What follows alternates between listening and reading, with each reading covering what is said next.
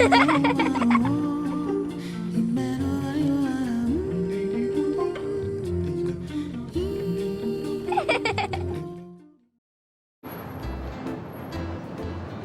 June 30th, and then $100,000 if they stay till December. Mark Conroe is the president of a Chicago-based development company that creates shopping malls all over America. Tens of millions of dollars ride on his decisions. Okay, well, I'll give it a shot, see how it works out. And I think 42% now. SIG thinks we can be at 75% by the end of the year. Okay, buddy. Around his 40th birthday, I'll talk to you soon. Mark did some soul-searching. Though clearly successful in his work, he felt that there was something missing from his life. In business, you're paid to achieve, you're paid to win. And so people get up at 6, they go to a long commute, they get in the office, and the emphasis is to climb higher, to get more money. And where you end up after that process is something's lost inside. You know, the 10-year-old that's out in the tree fort having fun, being the jokester, is left at home. And so the challenge is to bring that back. One day, he happened to join a friend for a show at the Second City, Chicago's famous improvisational theater company. Over the last 40 years, Second City has launched the careers of some of comedy's brightest stars, including Alan Alda and many of the cast of Saturday Night Live. It's not too tight, is it? No, it makes me feel safe. Oh, good. I like to take care of you. Oh, that was pretty sudden. There's a sense of awe the first time you walk in here because everybody who's anybody took improv here and came out of Second City. I know, I really like being with you. I'd like to see you again, if that's okay. Oh, God, I'd love to have dinner. Okay, can I kiss you? Oh, I'd love if you would do that. Inside!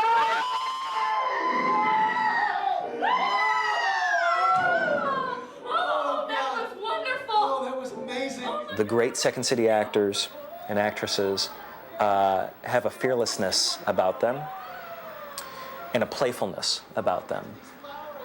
They enjoy the game.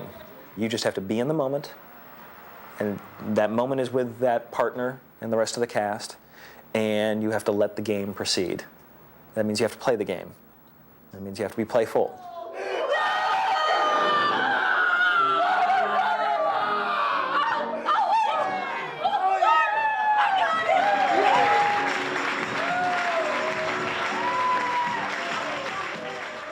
Mark Conroe discovered that Second City's improvisation comedy workshops were open to the public.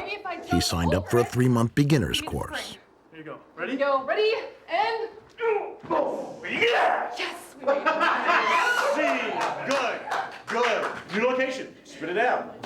Don't throw me in the fire. Please don't throw me in the fire. It's okay. For Mark, the contrast between his job and what he did in the evening was startling. Bob? People don't give a damn what you just did all day. The only thing that's important there is the moment you're in. I mean, what are you doing to support them? What are you doing to be a part of what the team is doing? And it's a completely different situation. Oh, God. It's a sparrow. You swallowed that whole?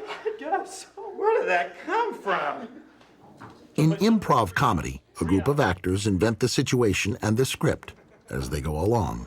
It's completely unrehearsed and spontaneous.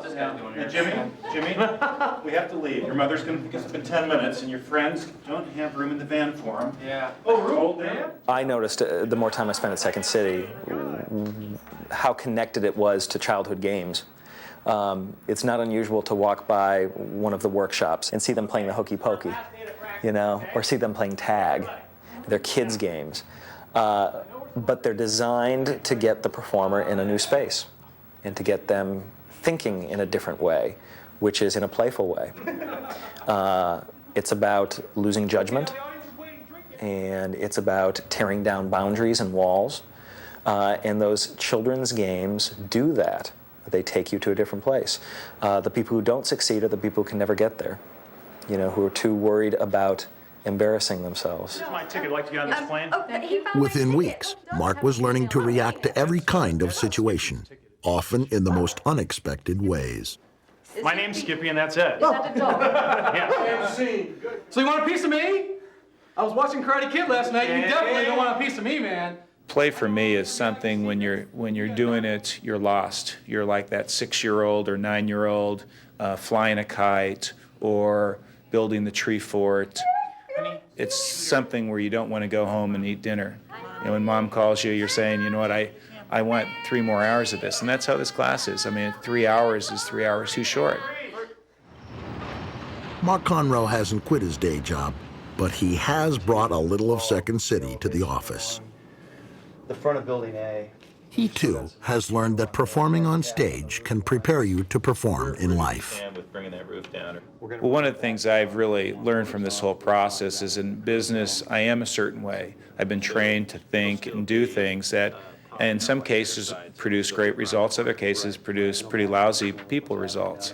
And the class has really helped me tap something inside me that's always been there, and that's my sense of humor, the sense of wanting to laugh, and bring it to a situation and introduce it in business meetings, even with someone I just meet for the first time, by doing something that will catch them off guard and create a funny situation. Come on, let's party, man! Let's party! Come on, man! Come on! Humor is one of the most effective tools to sanity. We are a sanity booster, I think, at Second City. And I think that's a very, very powerful thing. Big-headed man. Great, guys. We're going to switch places and talk for a little bit. Good work, guys.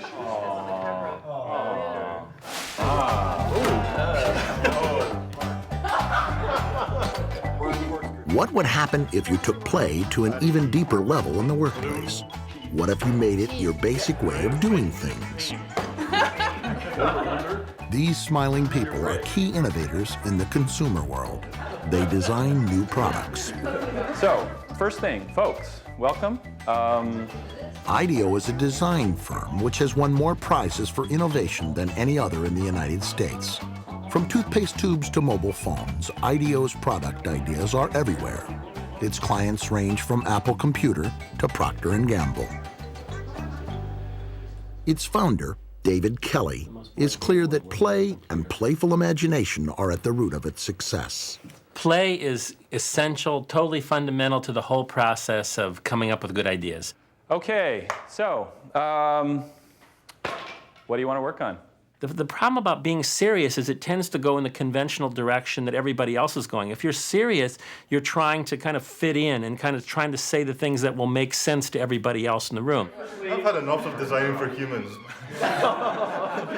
Wait, cut that out.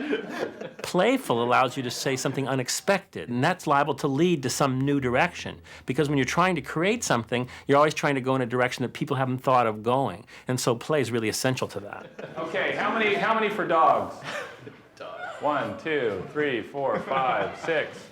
Dogs it is. All When right. IDEO tackles a new assignment, the first step in their process is a brainstorm. The rules are no rules. Okay, whoa, one conversation at a time. Exercise. Here, they have to devise a new kind of toy for dogs who spend too much time cooped up in an apartment or a small yard and don't get the exercise they need. Suppose you could design a toy that exercised the dog without the owner needing to be there. Like the overall concept of the bone bell. It's kind of like a barbell for dogs, so you have an extra weight inside the bone, so all the bones weigh more. A remote control cart. Play provides the proliferation of possibilities that makes it possible, if you're in a situation where such possibilities are needed, to be the one who's got the creative response. It's the ante-room to creativity. Play is the ante-room to creativity. And so you dump the dog into this like paddling pool-esque circular wall enclosure, and you somehow motivate it to belt around there as fast as it can. And the dog chases it back and forth in the yard, and every once in a while a bell rings and the cat runs back. So you've got some sort of jello type liquid in there, and you can up the voltage, and it becomes harder and harder to move in, and so your dog struggles harder and harder to survive. Okay, so far from David we've heard death. Do you own a dog? Have you ever owned a dog? Let's just say I used to. You're subjecting yourself to a lot of stimulus. You're bouncing ideas off each other. You're kind of getting excited about things, but there's a definite thrust to it, and there's a sense of you know, it's towards a goal. But by playing, by just having fun as you do it, you're removing a lot of the kind of psychological barriers that you would normally have, and inhibiting the flow of ideas. So it makes them sweat, and everything's much more of an effort. How about You go weird and stupid and mad and totally unfeasible, and you gradually, from that sort of fertile ground, you filter through into more realistic, doable ideas. Each person gets to vote on 3. Okay? To make a great brainstorm, you have to have the right balance of people in the group, in the room. Very multidisciplinary is good. Energy, people who really can open up, can help to get crazy. I call it the sentomatic, and what it does is it puts Play the adult allows center. us to not be conservative, not be traditional. And I think without it, in our environment, we wouldn't make the leaps that we are being asked on a daily basis to make. If you don't play in the context of our business, the business we're in, I think you'll go slower and you won't go as far. And so we play because it's about competitive advantage for us. And we play because our customers make us play because they want us to push the envelope. At IDEO, play doesn't stop with the brainstorms. In fact, they're always looking for some excuse to have fun. Halloween, of course, is a perfect opportunity. This is an officially sanctioned company activity, done on company time. I'm looking for people to join the company who are childlike, that kind of, they're open to learning, they're open to new ideas, they're not kind of stuck in a hierarchical thing that they care what other people think of them. All those things lead to coming up with better ideas. You know, big ideas are born from people who kind of are freewheeling and open, and all those kind of words are synonymous with play. I mean, you know, you're having a good time doesn't mean that you're doing something that's not important.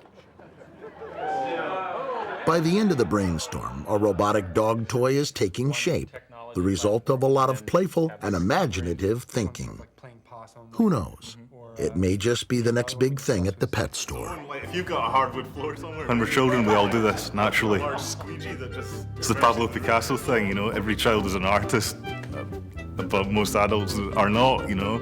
And if you can somehow either retain that spirit, you know, a lot of us have just like refused to stop being children. By good fortune, we've ended up with that being appropriate for the job that we're in. Suddenly it just It's not only more fun to work this way, it's also healthier and more productive. We've seen that children use play to learn, to develop their imaginations, to be more creative. Why should it be any different for grown-ups?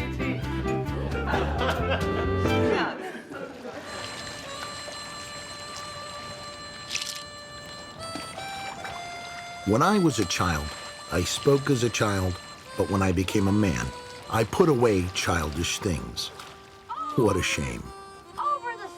Play is the greatest gift of childhood, but if we'll let it, it can be the gift that continues to energize and inspire and teach us for the rest of our lives.